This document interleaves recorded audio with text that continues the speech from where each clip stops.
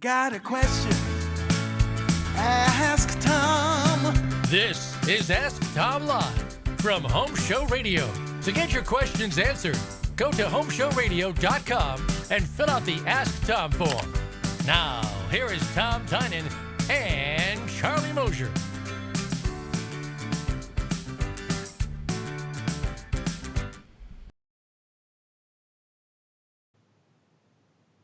Here we are, live on Facebook and YouTube, and for the very first time, Tom. Very first time? Well, I thought I had a YouTube channel. Well, it's the first time we've been live on both. At the same time? Yeah. Okay, fine. Yay. Well, something like that. You look confused. I do look confused because I'm getting an echo, and I don't think you're hearing it. But we're kind I'm not hearing it. learning. Fine.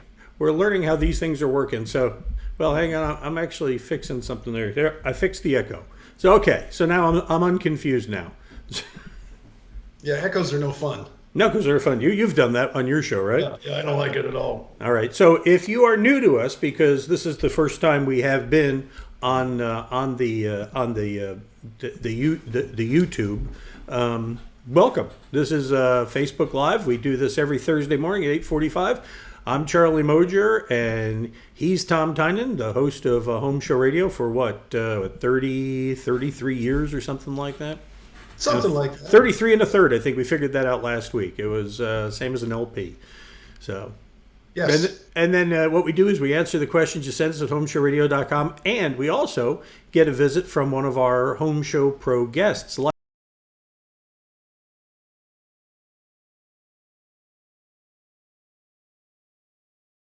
So that's our deal. So we're answering the questions you send us and at HomeShowRadio.com. But remember, we are live here on Facebook and YouTube.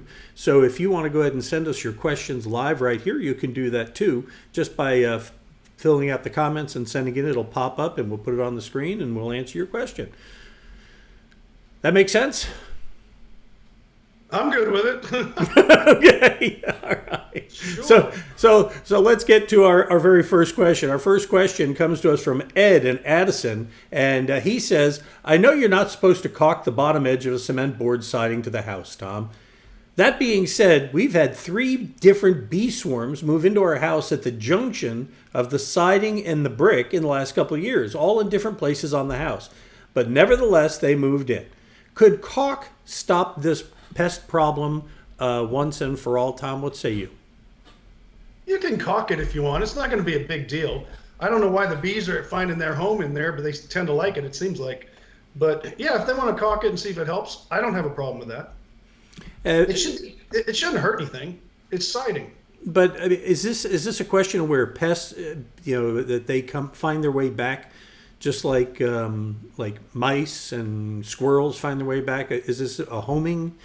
I don't know thing? if bees do that. I've had bees try to get in my house. I had bees got into my mother's home, and we had to get somebody out, remove the siding, remove the bees. So maybe there's something there that they smell. I don't know. I'm not a bee expert, but I like bees, but not in my house. Not bees, all right. The backyard by the fruit trees is fine. Right, exactly. Yes. Yeah, we see them back there pollinating in Sandy's garden all the time. So, all right, it's good. Our next question here this morning comes from is it Joaquin or Joaquin or whatever? Okay, he says, I have a sliding door that I'd like to replace. Does the door clearance center also install them? And if not, who do you recommend that I contact to do that, Tom? They don't do the installation. They can arrange for it to be done. It's not a big deal. They have lots of door guys that they work with. Or you can get Rudy. Rudy hangs doors all day long too, so he's got carpenter crews that can do that. And so either way, but they don't officially hang the doors. They will arrange for it to be done through an independent door person. Okay, but they have a list of qualified ones, right? Oh yeah, they you work go with there. lots of them. You know how many door guys buy their doors from them? No, I know. They know every door guy in town. Now, the chances Door are... guy. How would you like to be labeled a door guy? I don't know. Morrison got away with it for years, but anyway. Poor guy. Poor guy. Well, he didn't end well, but anyway. But But if you're going to do that, if you're going to have a door put in, is there a chance it'll be finish work and stuff? And would Rudy's guys be able to put in a door, Tom? Rudy's guys do it all the time. They put door in my mother's house, for example. They'll put the whole door package in. They'll caulk it. They'll paint it. They'll make it match. They'll make sure it's hung right. Sure. Okay, so that's Rudy's Quality Painting, by the way, and you'll find them at our website. And if you've never been to our website, it's HomeShowRadio.com. It's at HomeShowRadio.com, and that's what the homepage looks like right there. All right, our next question. Our next question comes to us from Barry in Garland. He says, I need to stain a wooden front door that faces west, and I know you can't use anything oil-based outdoors, so I'd like to know what prep is necessary and what product will work best. I'll match up the color of the stain, but wanted to make sure I'm not overlooking anything. Tom, what say you? I think he's go to a Benjamin Moore dealer, and they've got a lot of products to look at. You have clear acrylics. You have a product called Sikkens that I used on my front door. You can buy those products at a lot of places. Those dealers carry them too, and they'll advise you on what's best with the stain you buy. If you use water-based stain as opposed to an oil-based stain, which he said he's not going to do, then a clear acrylic might be the answer for what he wants to do. But you've said in the past not to use oil outside. Is that right, or not? That's to right. use? Yeah, right. no, because it'll turn black. It's got vegetable oils in it. Yeah, my grandfather was a house painter, and he worked in the good old days of lead paint. My grandfather was a house painter too, and he did also. He mixed the color right there on site. Right. Oh yes. yeah. It was an art to watch them at work. Now, what did lead do in paint that was good? Would it just help the color stay better? Was that why lead was in there in the first place? Probably, but I'm not sure, because by the time I got old enough to start building, they were getting the lead out of there. It was there when I was young. It's like, what did lead do in gasoline? Nobody can really answer that question. I've asked many of the old timers, and they really don't have a great answer. It made the car go faster. I don't know. Maybe it was a way to sell lead. Yeah, my dad was a mechanic. I guess maybe we'll get him as a guest on an upcoming show. How's that sound? All right. All right. Our next question comes from Kate. Oh, wait a second. No, Barry. We already answered your question. Go to the next one. This is Katie. Here she is. No, this is Glenn. All right. Glenn is in Conroe. He says, I have a front door facing west, and the sun beats. This is a similar kind of question, Tom. The sun beats down on it, and the paint barely makes 2 years. What should I do? Also, I have two. This is the more pressing question, I think, here. I have 2 metal garage doors facing west. Could I put foam insulation on a radiant barrier on the inside to help lower the temperature in the garage? It's not going to do anything unless you air condition it. If you could just put foam on a wall, you wouldn't need air conditioning in a house. It's not going to cool it. In fact, it'll hold the heat in. Radiant barrier will help cool it some, but I would not bother with the foam. Cool. All right. You know where they use? You know where they use doors that are insulated? Up north, where it gets 40 below and you have to heat your garage so your car doesn't freeze. Then you have an insulated garage door. Only because it gets wicked cold up there. Yeah, and you heat it. I mean, you heat your garage like 40 degrees. I did when I was in Lake Placid. I had this big old heater hanging from the ceiling. Okay, we got a question here from the interwebs here. It's Mike writes to us, says, I'm glad you're online. I've got a crappy neighbor. About 8 months ago, he replaced the fence around his, except for the section we share. He never asked me about sharing costs or changing it, but left the old section there. Now, since we had yesterday's lovely windy storm, a section is given out and the repair isn't going to do it. I know he won't talk to me, so Vengeful Mike wants to put up a cheaper fence that we share since no one else will see it, and a quality one for the rest. Also, I see there are different types of cedars. So, Tom, what's your advice for Mike? I can't answer that one. It's like somebody getting me married, doing marriage counseling. They need to get together and be nice neighbors and put a decent fence up is what they need to do, and share the cost 50-50. Just remember, Mike, good fences make good neighbors. Yes, that's so right. If you want him to be a good neighbor, make it a better fence. Fair enough? I agree. All right. Okay, one more question, and then we're going to get to Will here. Now, this one is from Kathy in Willowbrook. She says, I need to look at electric companies for a plan. I had one company for the past 24 months. What do I look for in changing plans besides the kilowatt hours and the term of the contract, Tom? That's it. Cheap. Go with the cheapest. It's still the light bulb goes on and the light bulb goes off. I don't care who you're buying it from.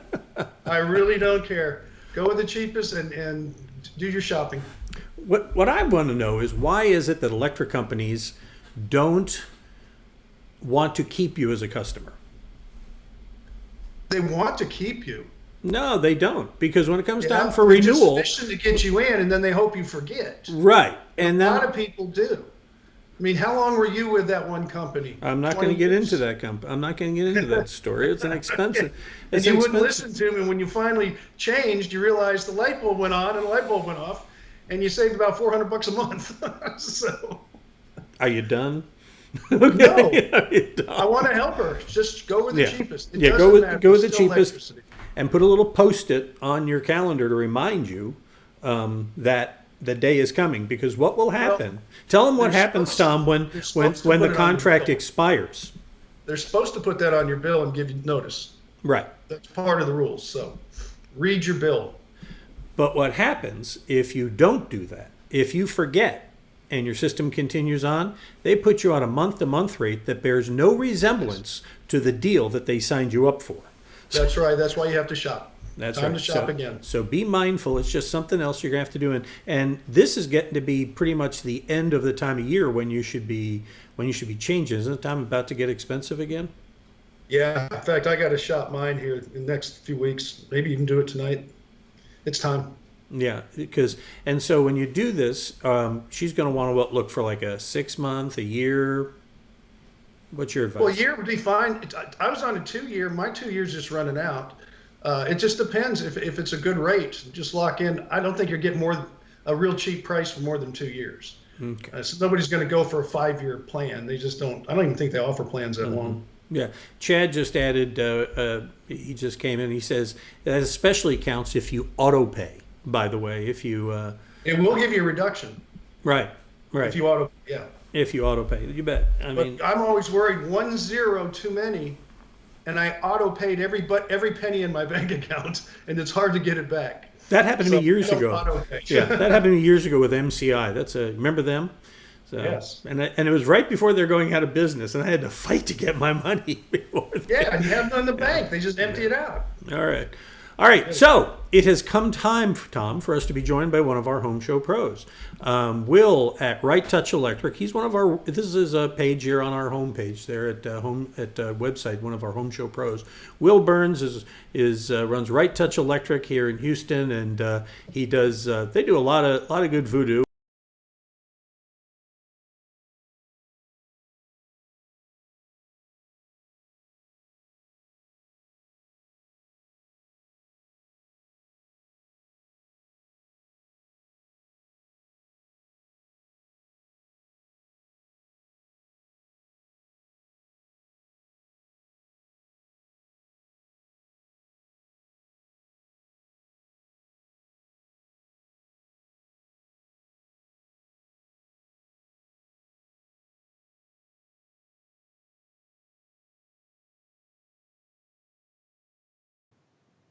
Somebody says we lost audio. Okay, we're back. We can hear. Can you hear us now? Nice. Can you hear us now? Okay. I know what happened is when we put that slide up, we lost audio. Okay, so Will is with Right Touch Electric. So for some reason, we went mute there, and I'm sorry about that.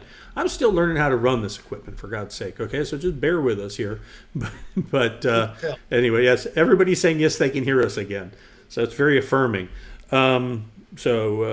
Actually, you know what? This guy here works for us, Chad Stevens. He works for us. He says, yes, I'm just going to save this and use it whenever I need it. So next time, Chad, I need you to work the weekend. Yes. There you go. All right. So Will, how many guys, tell us a little bit about Right Touch Electric before we get into answering the questions. Yeah, so Right Touch, we've been in business for 6 years. We have 10 electricians. We are 90% residential service. We have a small commercial service division as well. And since we've known you, it's been a blessing to know you guys, being a partner with y'all. And in the 5 years or the 6 years we've been in business, we've been been with y'all, been with BBB, Best Pitch Reports. We're, just having a great customers that love us. Really, one thing that really sets us apart is we stand behind our work. We answer the phone.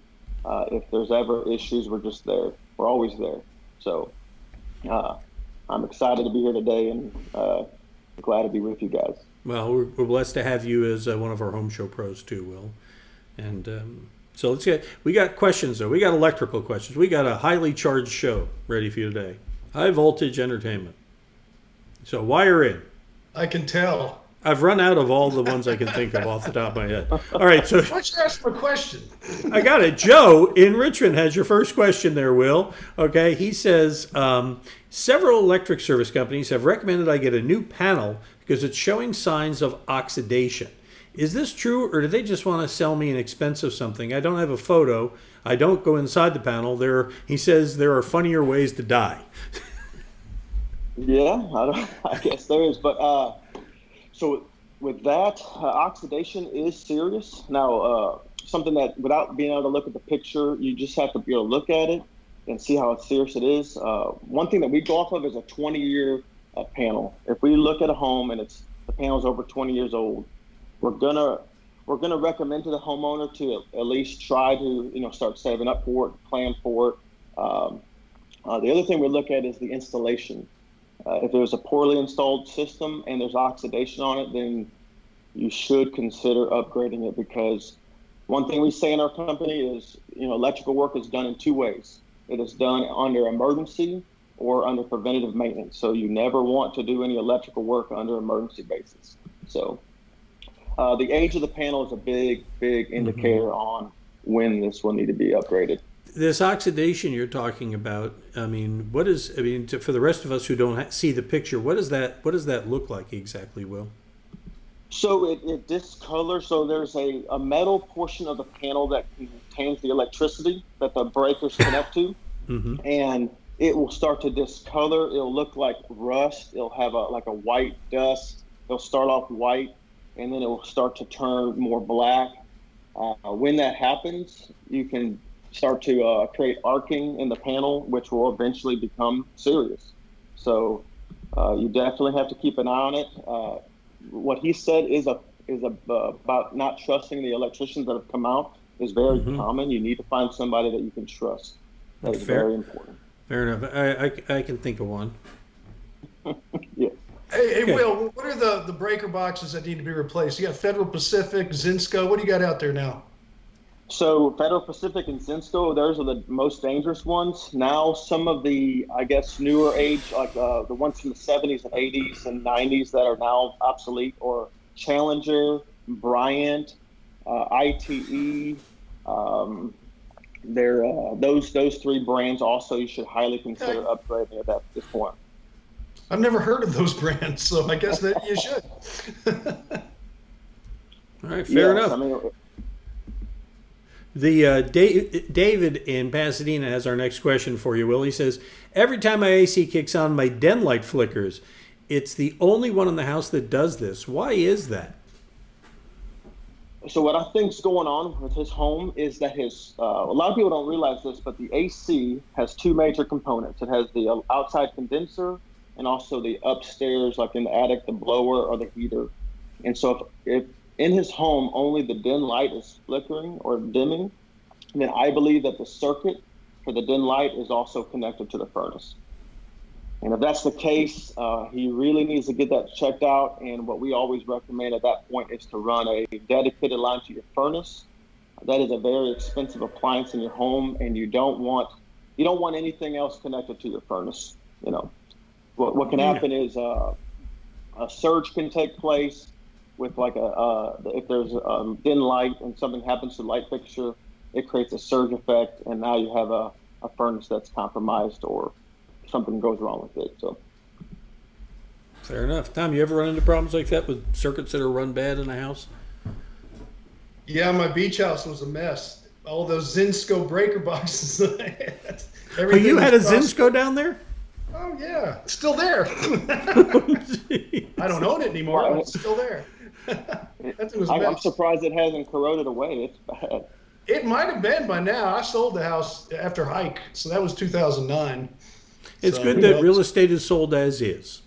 Yes, it is. All right. Well, we're doing a house. We're doing a house in Galveston. It's a 10-year-old home, and the panels are extremely corroded. Oxidation, just the weather out there. It's bad. You can't beat the ocean. Ocean always wins. Salt Always. air, it always wins. I don't care what you do. Yeah, I've heard you say that more than once, Tom. When you're down by the water, your stuff is not going to last. I built $1 million home down there. The best stainless steel doorknobs they could get. Before we were finished, they were rusty. It's just the way it is. All right.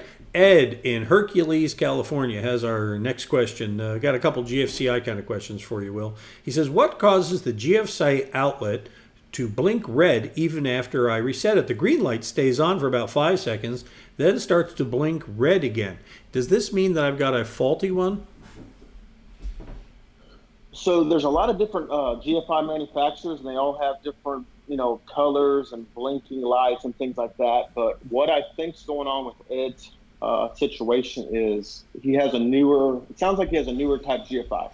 So nowadays they started manufacturing self-testing GFI receptacles.